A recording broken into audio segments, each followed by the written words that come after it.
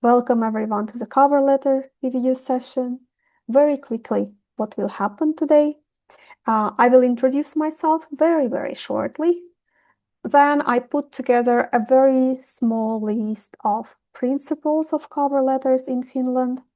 Then after that, we have 2 cover letter reviews, and with the rest of the time, we can have a Q&A session.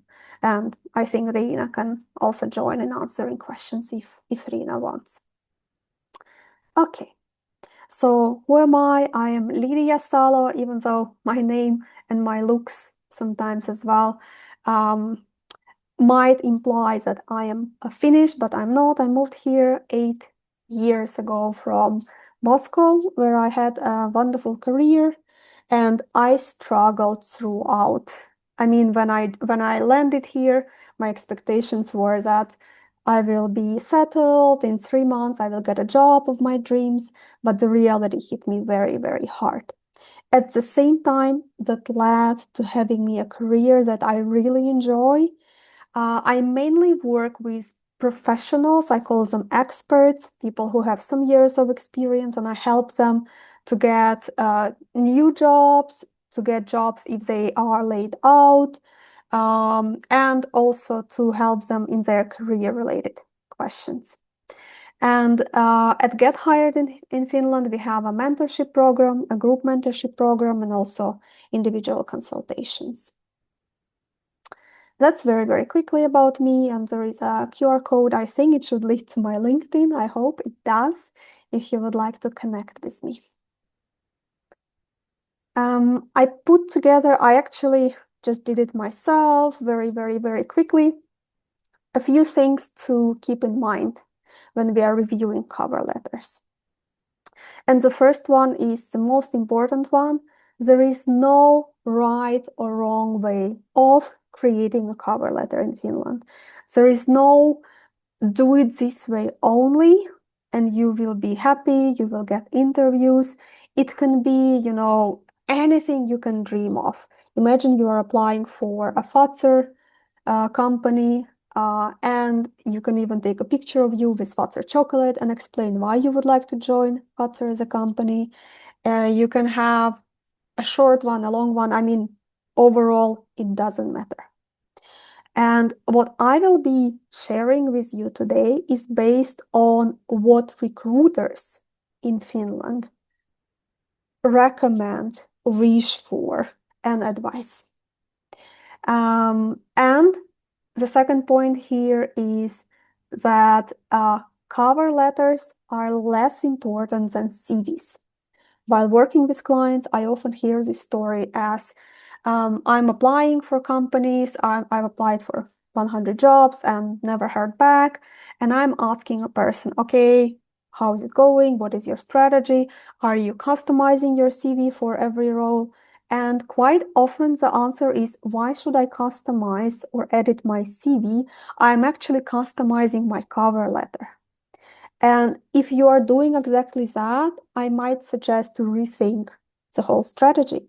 Because like Riina mentioned at the beginning of this session, she has 400 applications to review. Imagine how much time of deep work it takes to review all 400. And I mean, in an ethical way, of course, a recruiter will tell you that they also read a cover letter. But if based on a CV, it's a rejection, most likely, I think recruiters won't spend time reviewing your cover letter. And it's especially important for senior roles, senior positions, because, it's enough to have a look at your CV to decide if you are a good fit or not for this company and for this role.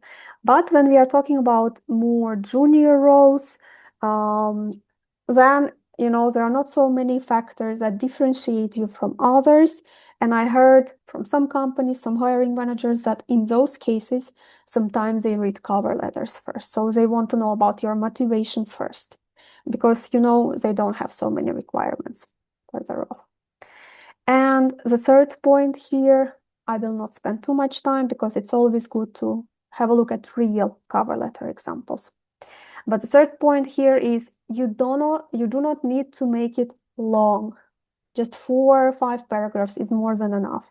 And out of 4 or 5 paragraphs, the first one is an introduction and the last one is an outro. So in between there can be, for example, 2 paragraphs. If you think about an A4 paper or, I don't know, Google Doc, a cover letter can take, for example, a little bit more than half of a page. And another thing that is important when we are talking about cover letters is to keep it easy to read. I like to call it a conversational way of writing. Basically, write like you speak, because all the complex texts are so hard to remember. So they feel like it's an academic paper. And it's very hard to focus on it. Especially we are in Finland, many recruiters are not native English speakers. And a critical part that you can see that is called here, no need to repeat your CV. Indeed, if you are just writing what is already in your CV or what should be in your CV, then you're just wasting space in a cover letter. And one more point, it's about using AI. When I talk to recruiters nowadays, almost all of them are complaining. They are saying, Lidiia, it's impossible. 95% of cover letters are written by AI and they all look the same. Most likely, applicants feed, for example, ChatGPT, the same job description and ask for a cover letter. So it's very hard to differentiate a person based on a cover letter nowadays. So if you want to stand out, please just use AI for fixing grammar, for example. And if you don't need to repeat your CV, what should be included in a cover letter? What's nice to include in a cover letter? I recommend, and many recruiters recommend, to talk about 2 things. First of all, why this company? And second of all, what makes you a strong candidate? Regarding the first question, some also talk about why this role exactly, but it's just my own preference. I feel like it's obvious from a CV. Okay, I have expertise, I worked in this area. That's why this role, it's a little bit ridiculous. So I like to focus on why this company and what makes you a strong candidate. So now we will be reviewing actual cover letters that volunteers send me. How it happened, I know some of you while registering ticked a box of I would be happy for my cover letter to be reviewed. So I went to the first one who registered and I checked every single registration to this session, looking for people who said, yes, it's fine that we talk about my cover letter. And the first one, the first one is this, and I would like to give you time to read it as well.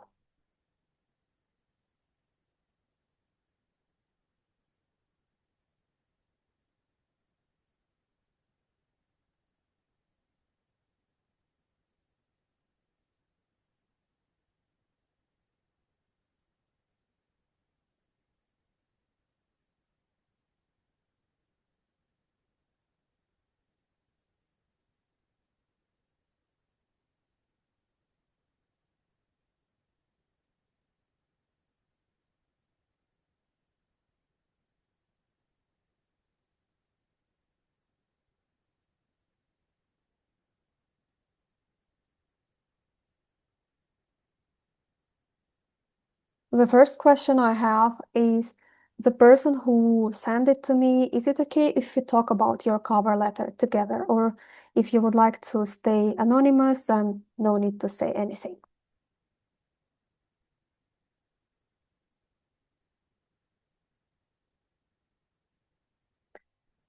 Okay, it seems that you would like to stay anonymous for this review. So a few things that I noticed.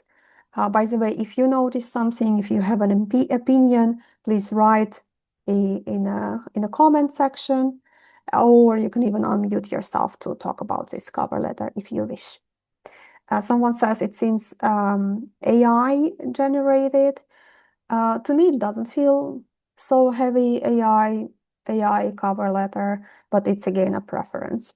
By the way, if we talk about AI so much, and if you are able to use AI in a way that no one can notice it's AI, please do it, of course.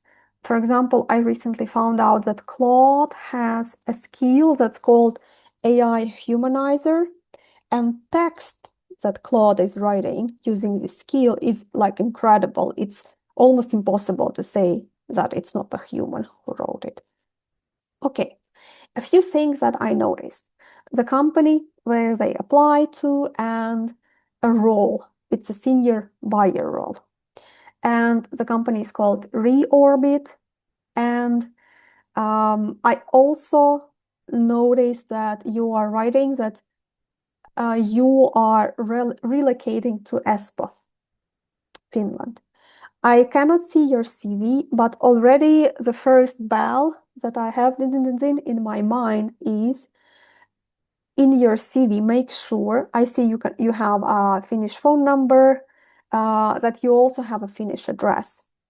Because if you are relocating and if you are mentioning that you are right now, I don't know, in Dubai, for example, that might be a rejection. Because again, a cover letter might not even be read, even though you mentioned here that you have a necessary permit to work in a country. It's my also personal taste that you also mention your name, your contact details again in a cover letter. I even like when a cover letter and a CV looks the same with the same header. So the style is the same. Okay, if someone would like to comment on a cover letter, please write in the chat or unmute yourself. But a few things that I noticed here. If you remember, I mentioned that there is no need to actually repeat your cover letter. Okay, one of the comments says LinkedIn link can be added to a cover letter as well. So the whole contact line from the CV. That's a good point. And if you remember the principles I mentioned before, one of those says no need to repeat your CV. And I feel like everything from this part to this part should be a part of your CV and is a part of your CV. I'm even thinking that this paragraph here, I'm excited to apply with 13 years of experience, can be even a part of your summary, if that's exactly what a company wants. And after that, you are writing about things you have done, again, belongs to a CV. And then the next line is actually talking about why this company, and that's one of 2 points you can cover in a cover letter, for example. And it says, you are inspired by Reorbit's innovative and multidisciplinary culture. Sorry, it was hard to pronounce for me. And you continue by saying, I'm eager to leverage my procurement, la la la la la la la la, according to the job description. And if you would have been fine talking to me, I would have asked you, okay, you want to work for a Reorbit because it's innovative and it has multidisciplinary culture. But why Reorbit and not any other company that is innovative and has a multidisciplinary culture? And I can already tell you that all the companies that do not require Finnish will claim that they're innovative and they have a multidisciplinary culture. So why Reorbit exactly? I have even prepared a doc if you would have wanted to talk to me about it, and ChatGPT to fix grammar talking after you. But because you prefer to stay anonymous, I can just, I don't know about Reorbit so much. I only know that it works in a space area. And just thinking out of my head, some research would be expected here when you're talking about a company. And you can talk about things like, for example, why a company that works in space, is it space defense? If someone knows, you can also mention here. Why is it exciting to work for them specifically? And be aware, this question might be asked, or most likely will be asked in an interview as well. Why do you want to work for us? And you can talk about their multidisciplinary culture, but again, it's a little bit like, okay, why not some other company? I'm checking comments as well. Okay, at the same time. Someone writes that I'm also in a similar situation. I'm relocating to Helsinki, but I'm now in Spain. And as a Spanish citizen, I have the immediate right to work. Should I mention this too? I work with clients who were moving from the other European countries to Finland, and they tried keeping, for example, other country names in their contact details, and they got a low response rate. And like the thing is, many people apply, for example, from Germany, but they do not have the visa to work in Finland. They would still need a company to support them. So there might be, this application might be filtered out. The best cases, the most successful cases I have seen of people getting hired in Finland is when you know you will move. You even might say in your summary that I'm moving to Finland in June 2026 and I have the right to work. And then mention a Finnish city already in your contact detail. I would even maybe, if it's possible, to get a Finnish phone number. Okay. Address in a cover letter, is it old school or still preferred? As I said at the beginning, there is no right or wrong way of making a cover letter. But I heard it again and again, and Rina wrote as well that they would prefer to have contact details in a cover letter as well. So name, phone number, email, and a date. A date is not needed in a cover letter. And no need to write a signature, no need to sign it with pen and paper. It's not needed in Finland. Okay.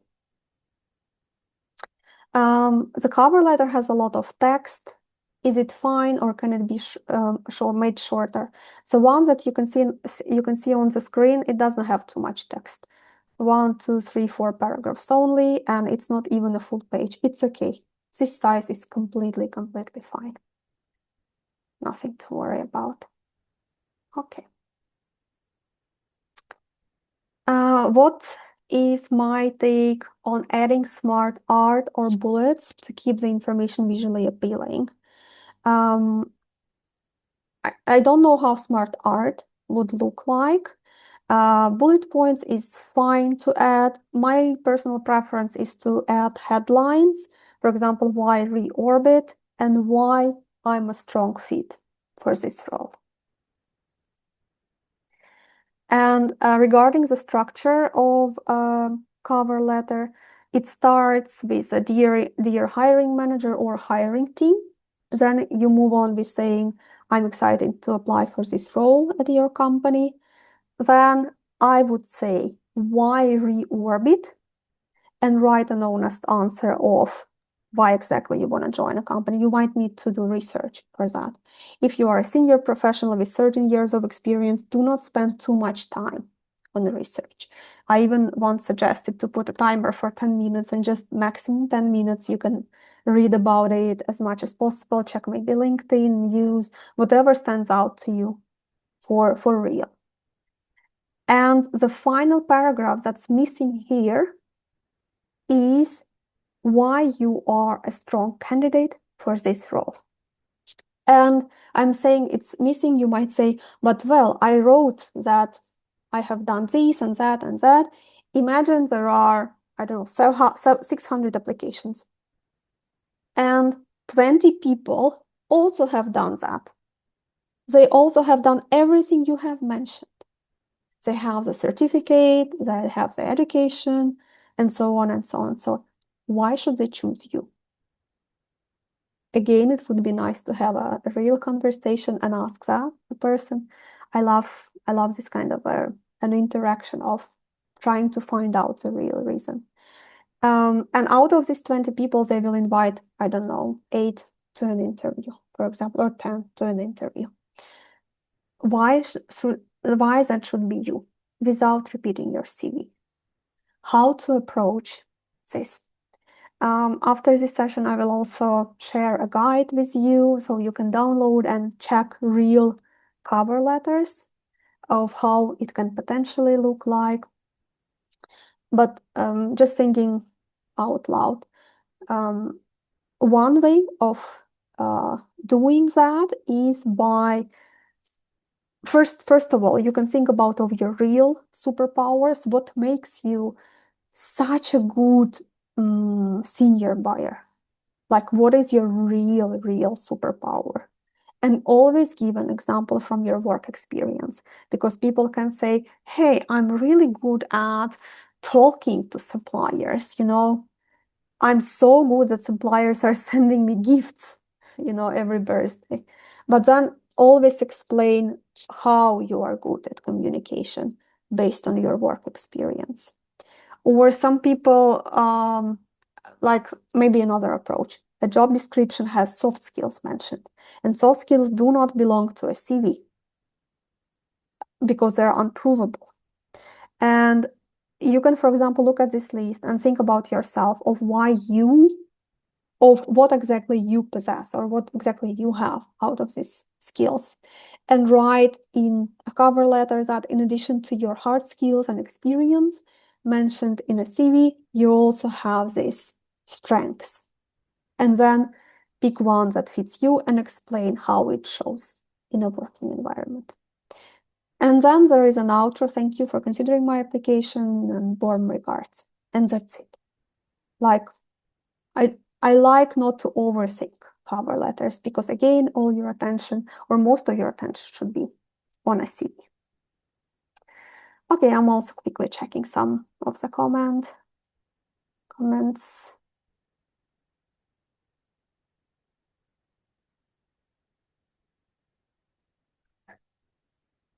I have applied and worked across different countries. There is word choice preference apart from formal English. What's the preferred style in Finland, being English, not the native language? What can we add to make it more Finnish-centric, if that could add any differences? I hope I'm reading in the right way what's written. I'm not sure that I understand your question. If you can unmute yourself and ask by voice. Hello, thank you for the session. So basically, my question was personally, based on my experience, I have like around 12 years of experience. I've worked in multiple organizations. So I understand that we have this style of cover letters, right? But since the Finnish job market is a little competitive, and everyone among us has the access to online portals, AI, and all of these kind of informations. So what value we can add as a candidate to make our cover letter stand out? So for example, it can be written in Finnish language, or because in some cultures I've observed, for example, if I provide the difference between a Middle Eastern culture or the US based companies, so they generally prefer to write less of a words in cover letters or even in their emails. So what would be our strategy for Finland market, that what the general people would like to read? Do they like to read a lot of text? Do they like to read small text, or what would be the on ground reality of a hiring manager there? Thank you a lot for clarifying that. I will mute you if that's okay, because there are noises I can hear. A few things, a few questions in one question, but even before I start answering those, Finnish market is not a little bit competitive, it's crazy competitive, like absolutely. Sometimes I feel like it's absolutely insane. Junior roles might get 700, 800 applications per one role if a job is open on LinkedIn, for example, and middle professionals can have, I don't know, 300, 400 applicants. And for senior roles, it can be 150, 200 applicants nowadays because of the current job market situation. When we talk about a cover letter, I already said this is a good size. 4 or 5 paragraphs, no more. And if you go over one page, I mean, that's extreme. And recruiters might not even read cover letters, they might scan through. But who will read a cover letter is most likely your hiring manager when you move through the interview process. Now, regarding the language in which to write a cover letter, if you are fluent in Finnish and if a job description is in Finnish, then of course your CV and cover letter should be in Finnish. But if a job description is in English, then a cover letter and a CV are also in English. And by the way, I understand with AI, you can translate anything into Finnish, but again, I check your CV and it says Finnish A2, A1. And if a role requires language fluent language skills, then it most likely will be a rejection, especially in roles where the language is really, really required: marketing, sales, customer service, and so on and so on. So you cannot trick the system by making a paper in a country's language, because they call you one question and that's it. It's very clear what is your language skills. What are your language skills? Okay, let's check the second cover letter. The person who has written it, would you like to unmute yourself and introduce yourself quickly?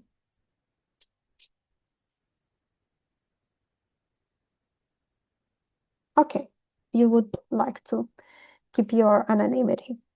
Let's read this letter together.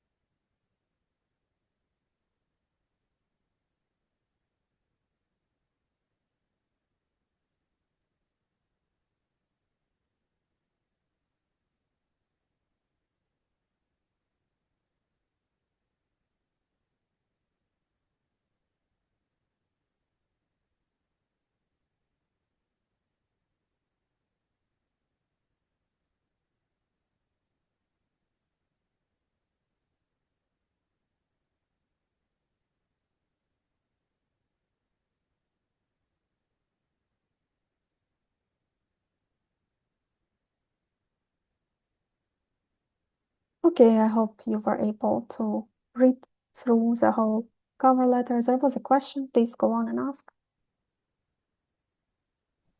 Hi, Lydia.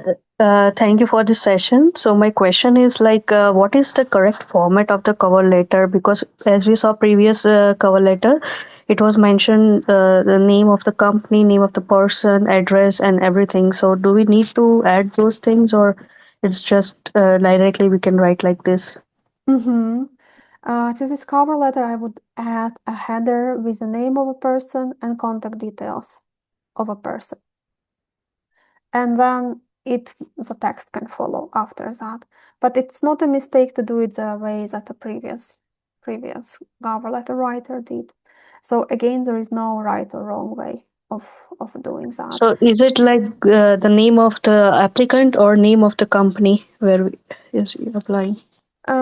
If you take your CV and copy the header, Usually the header, like I recommend to use, includes your name, a role where you apply to, and contact details.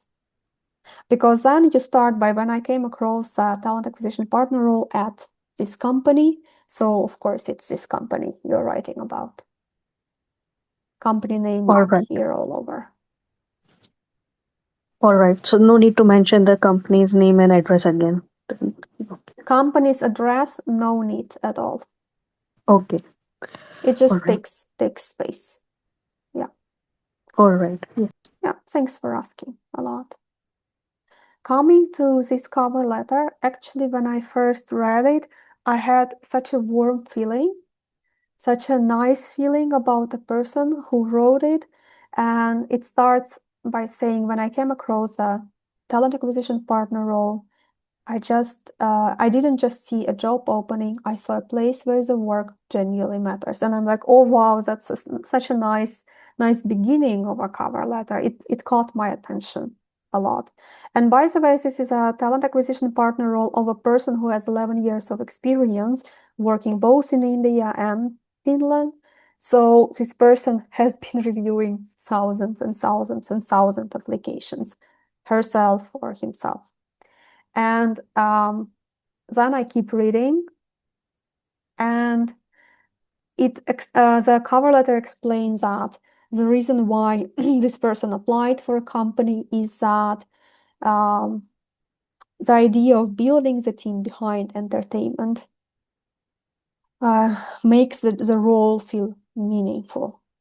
And that's why they applied to this position.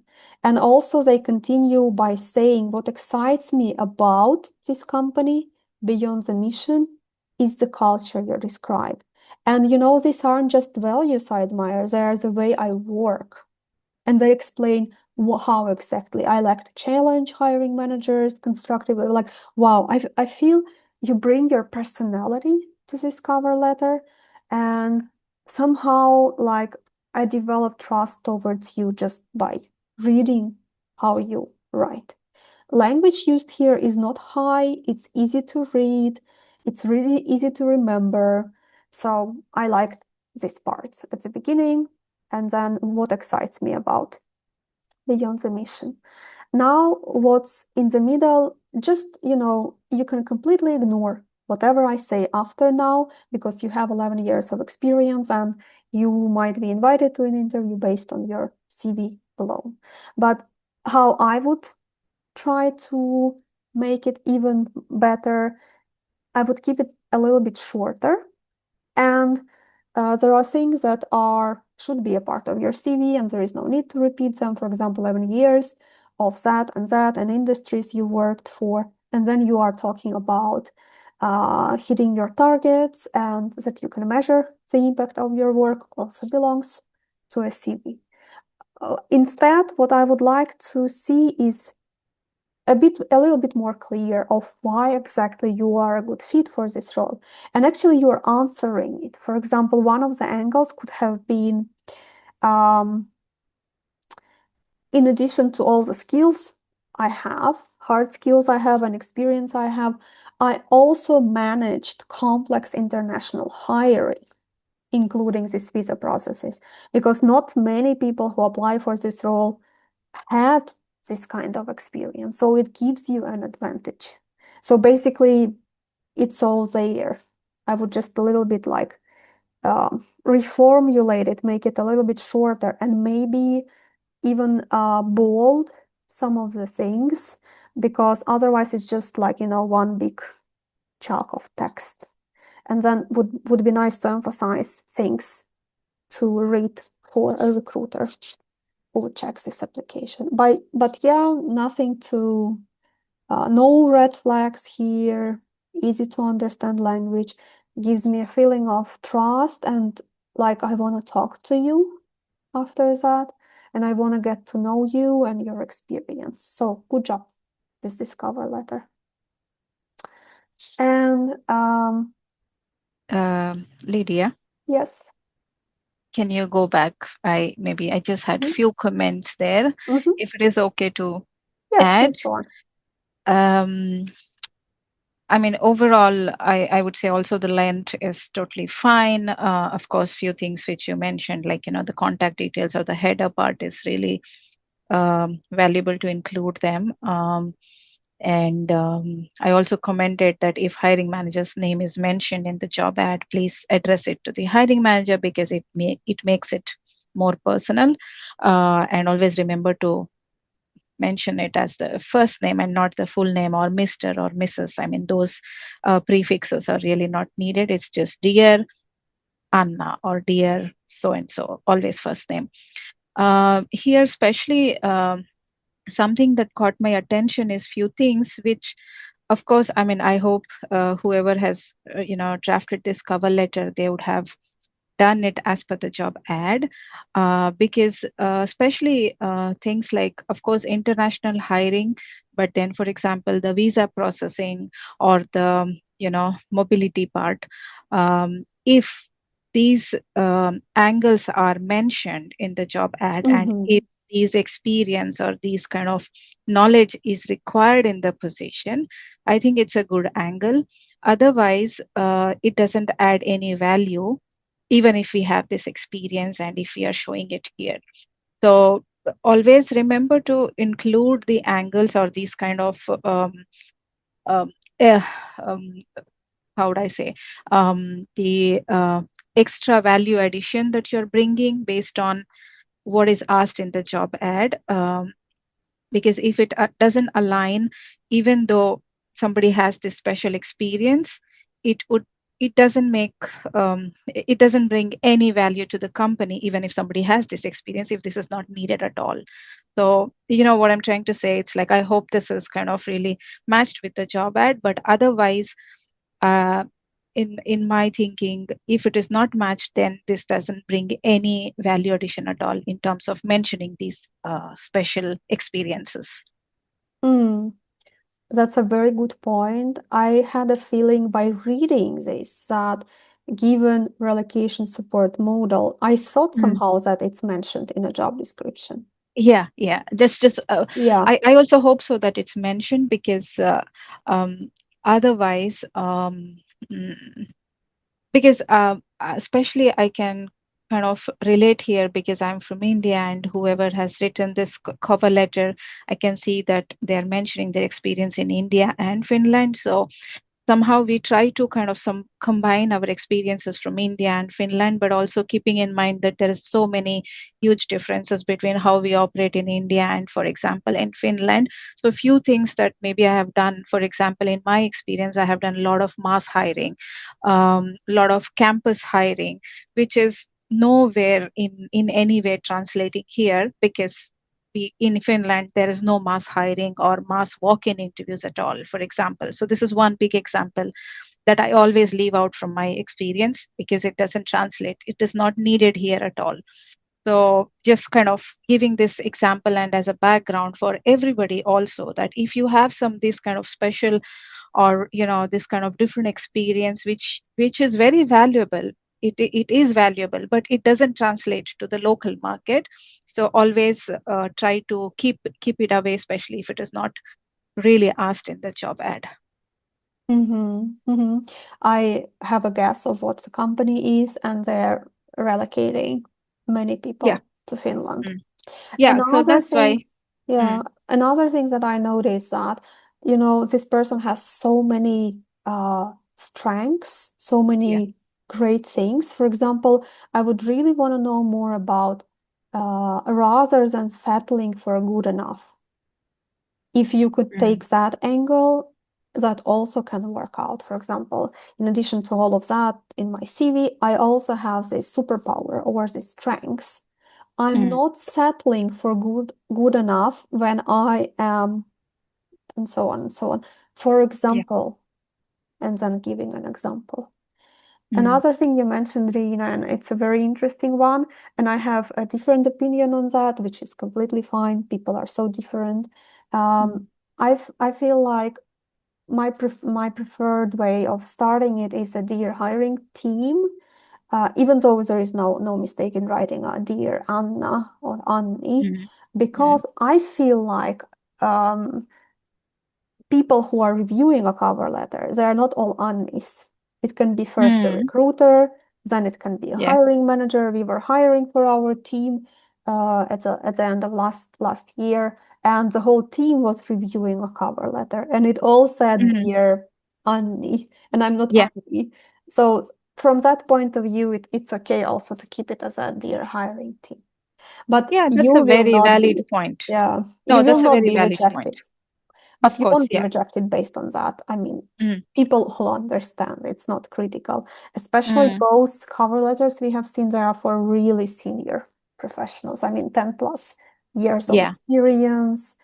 Yeah, a lot. Yeah, and in maybe, I mean, just giving some background. I mean, yeah, depending on in some companies, initial screening is also mostly done by hiring managers. So of course that the applicant would not for sure that who's kind of screening.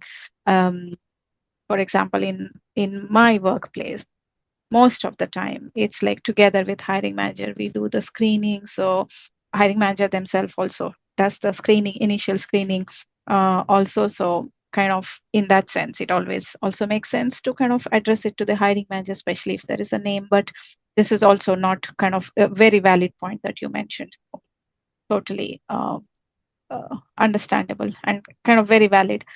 Maybe one more, this has just come from my own experience.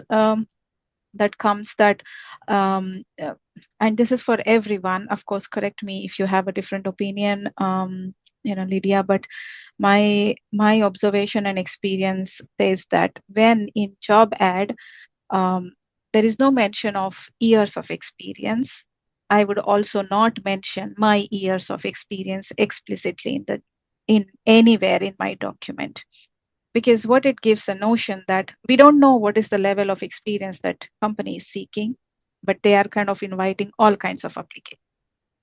But on the other hand, when we give a specific years of experience right in our profile summary or in our cover letter on top saying I have 11 years of experience, even though company is not limiting any seniors, somehow with the number, it makes them think that, oh, maybe this person is extremely senior and we don't need such senior person. So somehow my own experience during my own job search, it has given me experience that always look at the job ad. Does the job ad requires any minimum years of experience? Then go ahead and add your experience. Otherwise, I would totally, and it has worked in my favor. Um, every time I have done this as per the job ad. So maybe that's one tip from my experience, actually. And that's the logic behind why the companies don't mention the minimum years of experience. I know it can be confusing for applicants, but instead of feeling confused, why not just skip adding the years of experience and leaving the reviewer to decide whether they want to call you or not.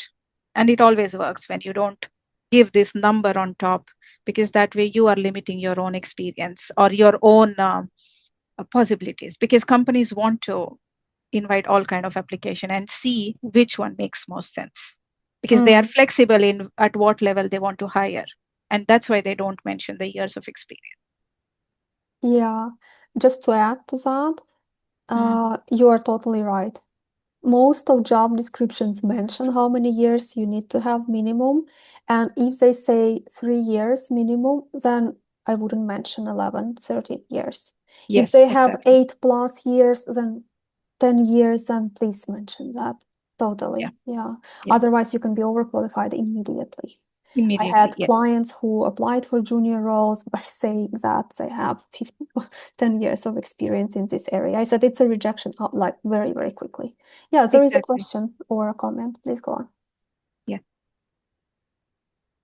Hi, this is Shivangini, Reena yeah. and Lydia.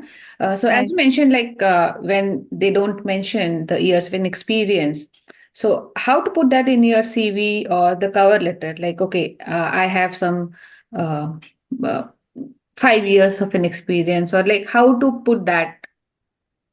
I would Mm-hmm. simply look for words what the job ad uses. Are they saying they need a really experienced talent acquisition person, or do Mm-hmm. they need hands-on person? I would adjust my words as per that. Okay. And I would totally, so if the job ad says that we are seeking an experienced talent acquisition professional who can do blah, blah, blah, I would Mm-hmm. start with an experienced talent acquisition professional having, experience in blah, blah, blah, blah, blah. So I would use exactly same words that is mentioned in the job ad. Okay. And how about your experience? Like you normally mention, like in which all the companies you have worked.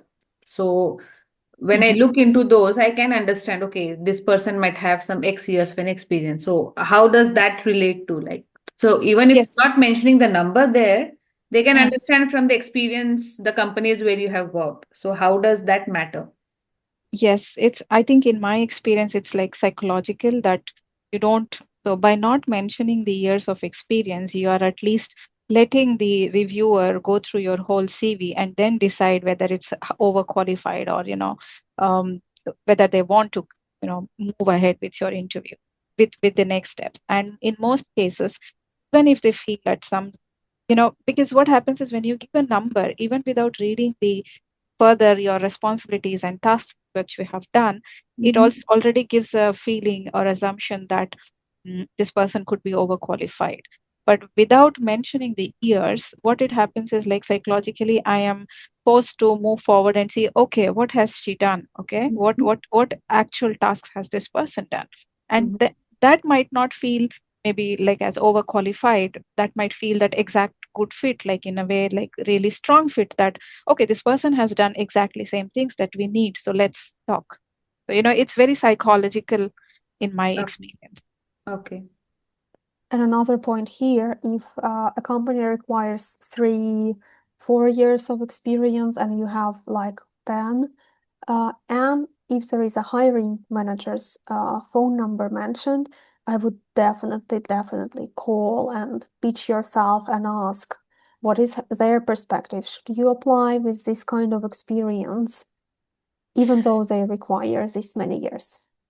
Yeah, Mm-hmm. yeah, absolutely. I think calling helps, and in my experience, only 5% of the applicants call hiring managers. So please, I urge everybody who's listening that whenever you see a time slot and a phone number to call hiring managers, please make use of that opportunity. It's a initial opportunity to pitch yourself in a way, and and also one way to stand out, or at least you are forcing the hiring manager to go back and look at your profile, even if they have missed or for some reason if they have not reviewed or already rejected. I mean, so in a way, I think it's a really great opportunity. But remember that when you're calling, prepare yourself. It doesn't help if you just call and say that I have applied for this position. It doesn't Yeah. help at all. Yeah. So you need to prepare also for these calls. Take it like as another maybe think that okay, you are having some kind of introduction call with somebody, so how would you prepare yourself? A short pitching, but also kind of thinking about the job ad.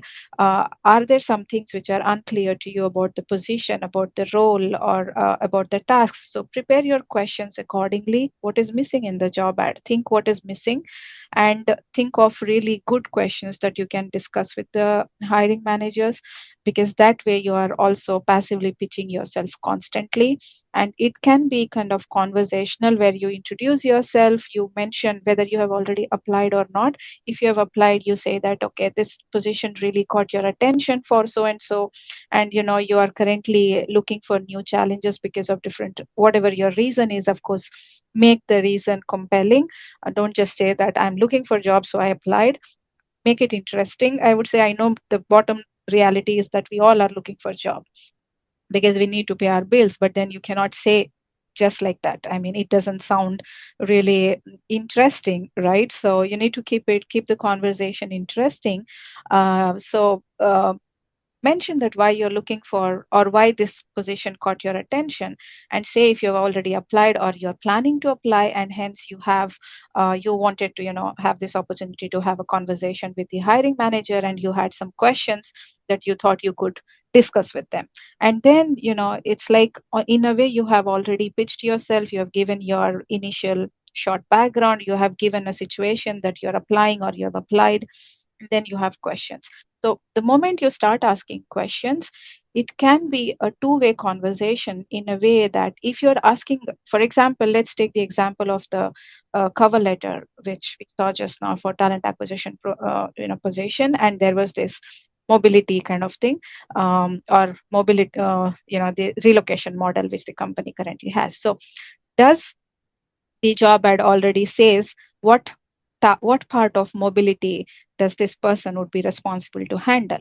If it doesn't say, it's a good point to already start that, I noticed that you also need, this kind of support in mobility. So is it already currently in practice? Do you have any currently third party agency who's supporting you, or is it done in house? So what stage, etc., etc. So you are building a conversation, and at the same time, when it comes to you, when you have heard the hiring manager's response, you give a response back saying, that's really interesting, or that's really good to know, because I also have in-house experience to handling this mobility in so and so. I did this. So in a way, you're pitching back, you're planting your experience back in hiring manager's mind. So it's like, one question can lead to your answers, but at the same time, you're giving back your own situation. So it's already a kind of short interview or a conversation where you're giving a lot of information to the hiring manager. And I can really bet you that after the conversation, hiring manager will go back and check your application. At Thank least. you, Reena. I can feel that you have rested a lot. You have a lot of energy to share. While you were speaking, I noticed that the cover letter picture on this slide I'm showing is wrong because I used an AI tool to generate a cover letter. I said generate a cover letter in a sunny, nice office environment, and I didn't like. Of course, it uses some states from America templates online, but there is no need to write a date here. No, well, their contact details are fine, but then the address of a company, no need to write. But the size of a cover letter is nice, short. Yeah. I think we have time for one more question. There was someone with a hand up. If you would like to ask a question, and that will be it for today. Yes, Lydia. So my question was like, when you make a follow-up call, what should you exactly ask? Because once I have experienced like when I call the hiring manager and ask about what are the key skills you are looking for, or what are the main responsibilities for this role, she directly answered me that it's already mentioned in the job description. So I was like, I don't know like what to exactly ask to the and to how to show your interest for that position. Yeah. I feel like Reena answered a big Yes, part I of think just it now in the we were yeah. discussing about the same thing, that how you can, prepare your questions and what you can really discuss with the hiring manager. Yeah, but thing is that I apply for the entry level roles because I don't have experience in some fields. So, and I have like experience in very different kind of backgrounds. So sometimes when I don't have experience in that particular role, like how do you show your interest that okay, uh, I have applied and I would really like to know more about the the criterias and all. A very good question. Sometimes I'm like just imagining if that's a role that you really, really want, and imagine you are working in this company, for this company, in this role. Aren't you curious to learn more? I feel like it naturally comes. There are questions that are in your mind in addition to the job description that they published online. And like you really, really want to know more, or something is not clear for you, like should you apply or not, then these topics might be the ones to bring up to a hiring manager. But if you ask things that are already mentioned in a job description, that gives a bad angle. It's like a little bit of an opposite of what you are trying to achieve. It's like, okay, why are they calling just for the sake of show their interest, but there is no real interest because they ask what is mentioned already. So yeah, like if I would have started my career now in a new area and there was a job, I don't know, an internship role somewhere, I would have millions of questions. I would be like so curious, even though I have background in all kinds of professions and so on and so on. I feel like I would really want to know more. What is like, yeah, I'm just thinking, what is something that yesterday we were talking with one of the clients, they're about to call a hiring manager, and what they wanted to know is what is one thing that I should specifically highlight in my application? And then they wanted to know about the project the company is hiring for and how it aligns with what he has done in his current company. So I feel like naturally questions arise. I hope that I answered the question. I see it's Yeah. 11. Would you like to Yeah. add something quickly, Reina? Yeah, I think, also it comes with the practice. I know it might feel kind of intimidating what to talk when you call. Maybe first two calls might feel awkward. And of course, I mean, there's no point in asking about the responsibilities and anything that is mentioned in the job ad, because as I mentioned to you, as I was explaining earlier, um, spend some time going through the job ad and see what of do you have any questions for which there is no answer. I think those would be your key questions related to the job ad. And then kind of still analyze your questions what you have listed down and see that some like very. And another thing is, I wouldn't also recommend asking basic questions like salary range or recruitment process, because if somebody is selected already at the first stage, they will get to know what is the recruitment process. So those are like very basic and obvious questions, which again, it's good to avoid. In many job ads, it is also mentioned already in the job ad, or they will at least let them know as they move forward in the first round. So I think you need to spend some time on the job ad, reviewing, analyzing the job ad, and see what things are unclear to you. And I think those will be your questions. Try to use AI as well and say, what are 20 questions that I can ask a hiring manager while calling to talk about this job, things that are not mentioned in this job Yeah, and then you description. can also share your own background when you're kind of giving it to AI, that this is my background. Now I'm trying to transition into this position. This is the job ad.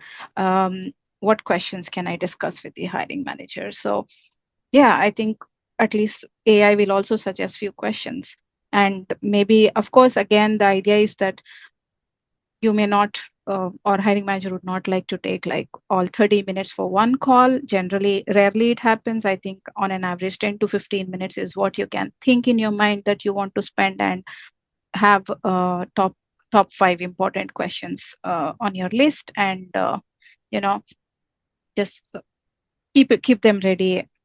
And maybe I don't know. I mean, as you also need to judge how the conversation is leading. While conversing itself, maybe hiring manager is giving you many more answers even without asking. As the conversation flows. So you really need to kind of also evaluate how the conversation is going.